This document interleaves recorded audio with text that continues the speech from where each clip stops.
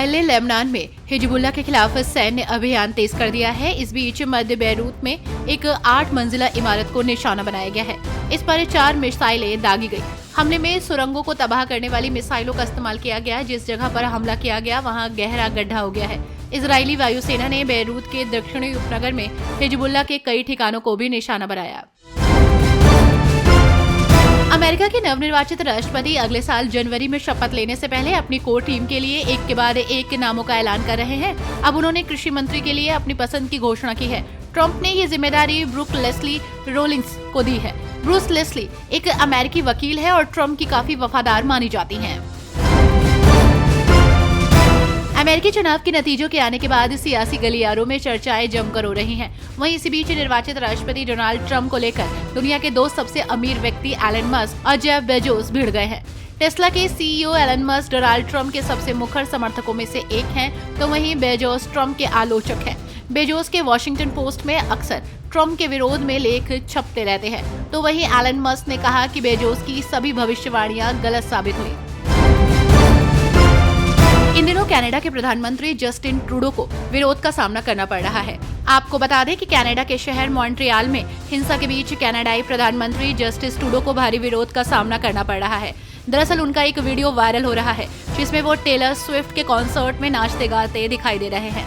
इस वीडियो के वायरल होने के बाद सोशल मीडिया यूजर्स ने उनका विरोध करना और ट्रोल करना शुरू कर दिया है। मैक्सिको के एक छोटे से शहर में पुलिस प्रमुख ने अपनी जान ले ली क्योंकि भ्रष्टाचारी विरोधी छापे के तहत सेना उन्हें गिरफ्तार करने के लिए पहुंची थी। छापेमारी के दौरान अन्य टॉप पुलिस कमांडो और अन्य शहरों के एक मेयर को भी हिरासत में लिया गया था। आपको बता दें कि ये छापेमारी बड़े पैमाने पर की गई, जिसे संघीय अधिकारियों ने ऑपरेशन स्वार्म कहा। हरदीप सिंह निज्जर की हत्या के बाद भारत पर आरोप लगाने के मामले में कनाडाई प्रधानमंत्री जस्टिन ट्रूडो खुद ही फंस गए हैं। ट्रूडो ने भारत के प्रधानमंत्री नरेंद्र मोदी और विदेश मंत्री एस जयशंकर के मामले में झूठी जानकारी शेयर करने पर अपने अधिकारियों को अपराधी कहा है। उन्होंने ये भी कहा कि विदेशी दखल रोकने के लिए राष्ट्रीय जांच शुरू की गई है। दहशत का पर्याय बन चुके इस्लामिक स्टेट के सताए इराकी धार्मिक अल्पसंख्यक यजीदी समुदाय के नेता को उम्मीद है कि संयुक्त राष्ट्र में उनका मुद्दा उठाकर भारत उनकी मदद कर सकता है। आर्मेनिया में यजीदी नेशनल यूनियन के अध्यक्ष खदर यजोयान ने हैदराबाद में लोक मंथन 2024 में ये टिप्पणी की। चीन पाकिस्तान के बीच आतंकवाद विरोधी अभ्यास में भाग लेने के लिए 300 से ज्यादा चीनी सैनिक पाकिस्तान पहुंच चुके हैं। पाकिस्तान में आतंकी हमलों में तेजी आ जाने के बीच ये संयुक्त अभ्यास शुरू किया गया। आतंकियों ने हर हमले में 70 अरब डॉलर के चीन पाकिस्तान आर्थिक गलियारों में काम कर रहे चीनी नागरिकों को निशाना बनाया है।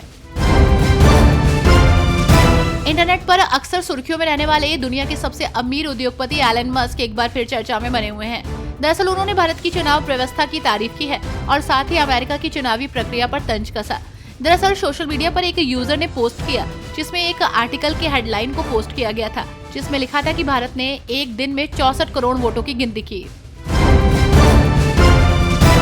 अजरबैजान में चल रहे संयुक्त राष्ट्र जलवायु सम्मेलन को लेकर बड़ी खबरें सामने आई हैं। दरअसल COP 29 में विकासशील और गरीब देशों के नए जलवायु वित्त मसौदे का बहिष्कार कर दिया। गरीब देशों के वार्ताकारों ने कहा कि उन्हें सालाना 250 नहीं बल्कि 500 अरब डॉलर चाहिए। अमीर देशों ने इतनी राशि देने से फिलहाल इनकार कर दिया है। शनिवार को वार्ता में विकसित विकासशील देशों के वार्ताकार प्रस्ताव पर चर्चा करते रहे।